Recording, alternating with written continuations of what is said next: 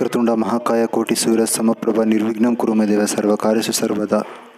ಎಲ್ಲರಿಗೂ ನಮಸ್ಕಾರ ಸ್ನೇಹಿತರೆ. ಇಂದಿನ ಒಂದು ವಿಡಿಯೋದಲ್ಲಿ ಅತಿ ವಿಶೇಷವಾಗಿರ್ತಕ್ಕಂತಹ ಒಂದು ಮಾಹಿತಿ, ಅದು ವೆಡ್ಡಿಂಗ್ ಕಾರ್ಡ್, ಮದುವೆ ಕಾರ್ಡ್ ಮಾಡಿಸುವುದಾದರೆ ಹೇಗೆ ಮಾಡಿಸಬೇಕು, ಮದುವೆ ಕಾರ್ಡನ್ನು ಅಂದರೆ ವೆಡ್ಡಿಂಗ್ ಕಾರ್ಡನ್ನು ಮೊದಲು ಯಾರಿಗೆ ಅರ್ಪಿಸಬೇಕು, ಯಾವ ಯಾವ ಬಣ್ಣಗಳಿಂದ ಮಾಡಿದರೆ ವೆಡ್ಡಿಂಗ್ ಕಾರ್ಡಿಗೆ ಒಂದು ಶೋಭೆ ಇರುತ್ತೆ, ನಮಗೆ ಒಳ್ಳೆಯದಾಗುತ್ತೆ ಎಂಬುದಾಗಿ ನಾವು ಎಲ್ಲ ರೀತಿಯ ಒಂದು ಮಾಹಿತಿಯನ್ನು ನಾವಿಲ್ಲಿ ತಿಳಿದುಕೊಳ್ಳಬಹುದು.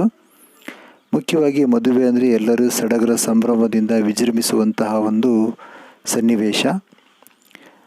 ಮದುವೆಯ ಮೊದಲು ಎಲ್ಲರ ಮನೆಗೆ ಹೋಗಿ ಖುಷಿಯಿಂದ ಮದುವೆ ಕಾರ್ಡ್ಗಳನ್ನು ನೀಡಿ ಅವರನ್ನು ಮದುವೆಗೆ ಆಹ್ವಾನಿಸುವುದೇ ಮದುವೆಯ ಮೊದಲ ಸಂಭ್ರಮ. ಮದುವೆಯ ಕಾರ್ಡು ಯಾವ ಬಣ್ಣದಲ್ಲಿ ಪ್ರಿಂಟ್ ಮಾಡಿಸಬೇಕು ಗೊತ್ತೇ? ಮದುವೆ ಕಾರ್ಡ್ನಲ್ಲಿ ಯಾವ ದೇವರ ಫೋಟೋ ಇರಬೇಕು, ಮೊದಲು ಕಾರ್ಡ್ ಯಾರಿಗೆ ನೀಡಬೇಕು ಎಂಬ ಒಂದು ಮಾಹಿತಿಯನ್ನು ನಾವು ಇಲ್ಲಿ ತಿಳಿದುಕೊಳ್ಳಬಹುದು. ಮತ್ತೊಮ್ಮೆ ಮದುವೆ ಕಾರ್ಡ್ ಯಾವ ಬಣ್ಣದಲ್ಲಿರಬೇಕು, ಮದುವೆ ಕಾರ್ಡ್ನಲ್ಲಿ ಈ ದೇವರ ಫೋಟೋ ಇರಲಿ, ಮೊದಲು ಮದುವೆ ಕಾರ್ಡ್ ಇವರಿಗೆ ನೀಡಬೇಕು, ಯಾರಿಗೆ ಅನ್ನೋ ಒಂದು ಪ್ರಮುಖ ಮಾಹಿತಿ ನಾವಿಲ್ಲಿ ತಿಳಿದುಕೊಳ್ಳಬಹುದು. ಮದುವೆ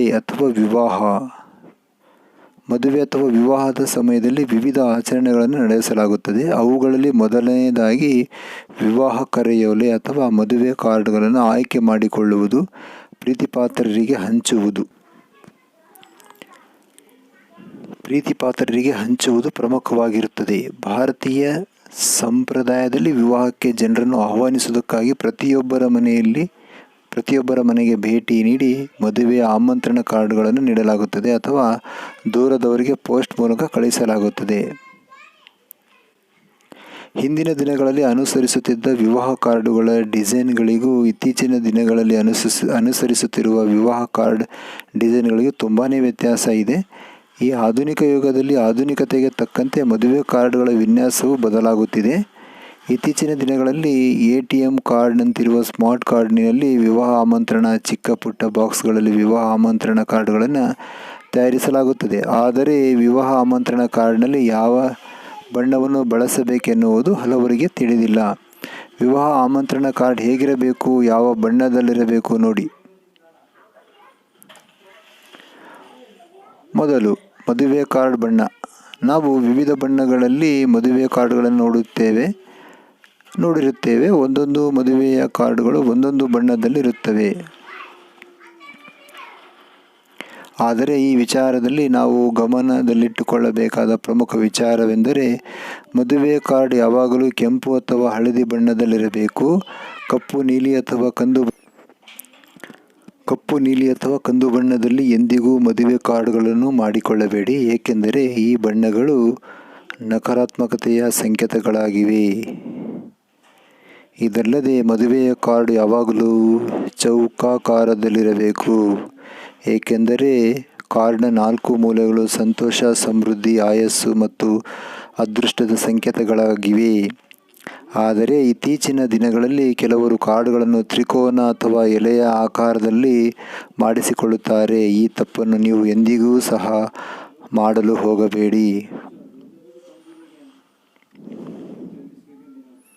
ಎರಡನೇ ಮುಖ್ಯ ಮಾಹಿತಿ, ಮೊದಲು ಮದುವೆಯ ಕಾರ್ಡನ್ನು ಯಾರಿಗೆ ನೀಡಬೇಕು, ಬಹಳ ಮುಖ್ಯವಾದುದು. ಕಾರ್ಡ್ನ ಮುದ್ರಣವು ಯಾವಾಗಲೂ ತಿಳಿ ಬಣ್ಣದಿಂದ ಮಾಡಿರಬೇಕು, ಕಪ್ಪು, ನೀಲಿ, ಕೆಂಪು ಬಣ್ಣದಲ್ಲಿರಬಾರದು. ಮದುವೆಯ ಕಾರ್ಡ್ನಲ್ಲಿ ವಧು ಮತ್ತು ವರ ಅಥವಾ ಇತರ ಕುಟುಂಬ ಸದಸ್ಯರ ಹೆಸರನ್ನು ಯಾವುದೇ ಗಾಢ ಬಣ್ಣದಲ್ಲಿ ಬರೆಯಬಾರದು. ಮದುವೆಯ ಮೊದಲು ಕಾರ್ಡ್ ಅನ್ನು ಭಗವಾನ್ ಶ್ರೀ ಗಣೇಶನಿಗೆ ಅರ್ಪಿಸಬೇಕು. ಇದನ್ನು ಮಾಡುವುದರಿಂದ ಗಣಪತಿಯು ವಿವಾಹ ಕಾರ್ಯದಲ್ಲಿ ಎದುರಾಗುವ ಎಲ್ಲ ಅಡೆತಡೆಗಳನ್ನು ಶೀಘ್ರದಲ್ಲೇ ದೂರವಾಗಿಸುತ್ತಾನೆ. ಆದುದರಿಂದ ಅವನಿಗೆ ವಿಘ್ನ ವಿನಾಶಕ ಎಂದು ಕರೆಯುತ್ತೇವೆ. ಅಂದರೆ ವಿಘ್ನಗಳನ್ನು ದೂರ ಮಾಡುವಂಥ ವಿನಾಯಕ ಗಣೇಶ. ಮೂರನೇ ಪ್ರಮುಖ ಅಂಶ, ಮದುವೆ ಕಾರ್ಡು ಮಾಡುವಾಗ ಈ ತಪ್ಪುಗಳನ್ನು ಮಾಡಲೇಬೇಡಿ. ವಿವಾಹ ಕಾರ್ಡ್ನಲ್ಲಿ ಕೆಲವರು ವಿವಿಧ ದೇವರ ಫೋಟೋಗಳನ್ನು ಮುದ್ರಣ ಮಾಡಿಸುತ್ತಾರೆ. ಹೆಚ್ಚಾಗಿ ಗಣೇಶನ ಚಿತ್ರವನ್ನು ಹಾಕಿಸಲಾಗುತ್ತದೆ. ಒಂದು ವೇಳೆ ನೀವು ಗಣೇಶನ ಚಿತ್ರವನ್ನು ಮದುವೆ ಕಾರ್ಡಲ್ಲಿ ಹಾಕುವುದಾದರೆ ನೃತ್ಯ ಭಂಗಿಯಲ್ಲಿರುವ ಗಣೇಶನ ಚಿತ್ರವನ್ನು ಹಾಕಿಸಬೇಡಿ. ನೃತ್ಯ ಮಾಡುವ ದೇವರ ಚಿತ್ರಗಳು ಗೊಂದಲದ ಕಂಪನಗಳನ್ನು ಆಕರ್ಷಿಸುತ್ತವೆ. ಇಲ್ಲಿ ನೀವು ರಾಧಾಕೃಷ್ಣರ ಚಿತ್ರಗಳನ್ನು ಅಥವಾ ಫೋಟೋಗಳನ್ನು ಮದುವೆ ಕಾರ್ಡ್ ಮೇಲೆ ಹಾಕಿಸಬಾರದು. ಯಾಕೆಂದರೆ ಸಮಾಜದ ದೃಷ್ಟಿಯಲ್ಲಿ ರಾಧೆ ಮತ್ತು ಕೃಷ್ಣ ಪರಸ್ಪರ ಪ್ರೀತಿಸಿದರೆ ಹೊರತು ಮದುವೆಯಾಗಲಿಲ್ಲ.